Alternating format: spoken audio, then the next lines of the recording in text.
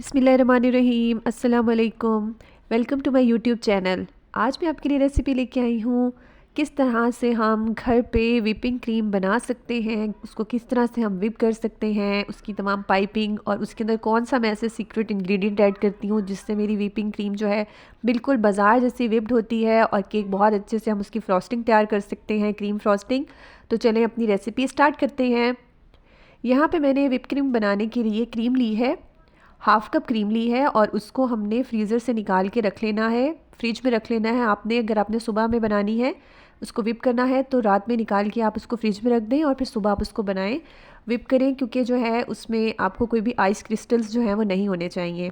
ठीक है, यहाँ पे मैंने हाफ़ कप क्रीम ली है और उसको मैंने बीट करना स्टार्ट किया है।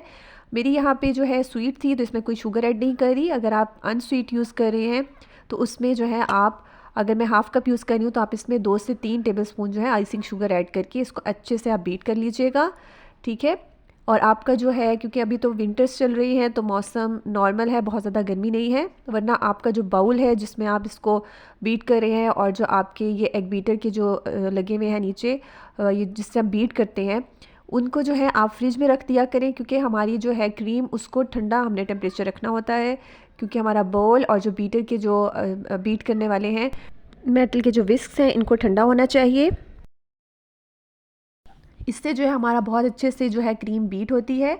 बस इसको हम 3 से 4 मिनट बहुत अच्छे से बीट करेंगे जब तक अच्छे से हमारी स्टिफ पीक्स जो है वो इस पर बनना स्टार्ट नहीं हो जाती। ये देखें, बहुत अच्छे से हमारी क्रीम जो है बीट हो रही है। क्रीम का ठंडा होना बहुत ज़रूरी है। और इसको आप बीट जब आप पैक से निकालते हैं तो आप इसको इसको जो है हमेशा अच्छे से मिक्स कर लिया करें, शेक करके फिर यूज़ किया करें। ये देखिए, मतलब हमारा जो क्रीम है वो डबल हो जाएगा साइज़ में। अब मैं इसके अंदर ऐड करूँगी यहाँ पे 1 टीस्पून, क्योंकि मैंने यहाँ पे हाफ़ कप यूज़ कर रही हूँ क्रीम का, तो मैंने 1 टीस्पून इसमें कॉर्नफ्लोर ऐड किया है। ठीक है, अगर किसी को कॉर्नफ्लोर से एलर्जी है या कोई ऐसा इशू है तो आप इसको स्किप भी कर सकते हैं, ऐसे भी आपकी स्टिफ पिक्स बन जाएंगी, लेकिन इससे जो है बिल्कुल बाजार जैसा रिज़ल्ट आता है। ये देखें, अब इसको मैं तकरीबन 1 से 2 मिनट और इसको अच्छे से बीट करूँगी। ये देखें, बहुत अच्छे से हमारी क्रीम जो है बीट हो रही है। आपको ऐसे बीट होते हुए भी उसके अंदर जो लाइंस हैं वो टेक्सचर आपको फील होना स्टार्ट हो गया है। बहुत अच्छे से हमारी क्रीम बीट होगी।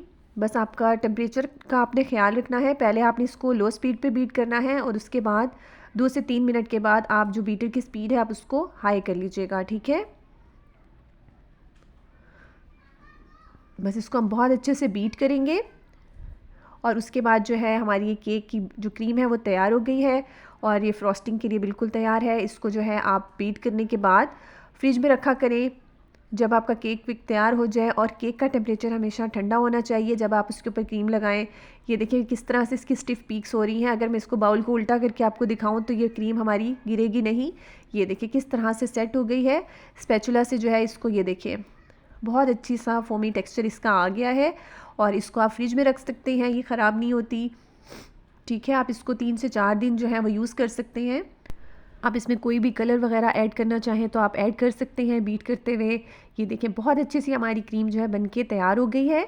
अब इसको मैं फ्रिज में रख दूँगी और उसके बाद मैं आपको एंड पे दिखाती हूँ। मैंने एक केक बनाया था, उसके लिए मैंने इसकी फ्रॉस्टिंग जो है इसी क्रीम से की थी, तो आप उसका रिज़ल्ट चेक कर सकते हैं।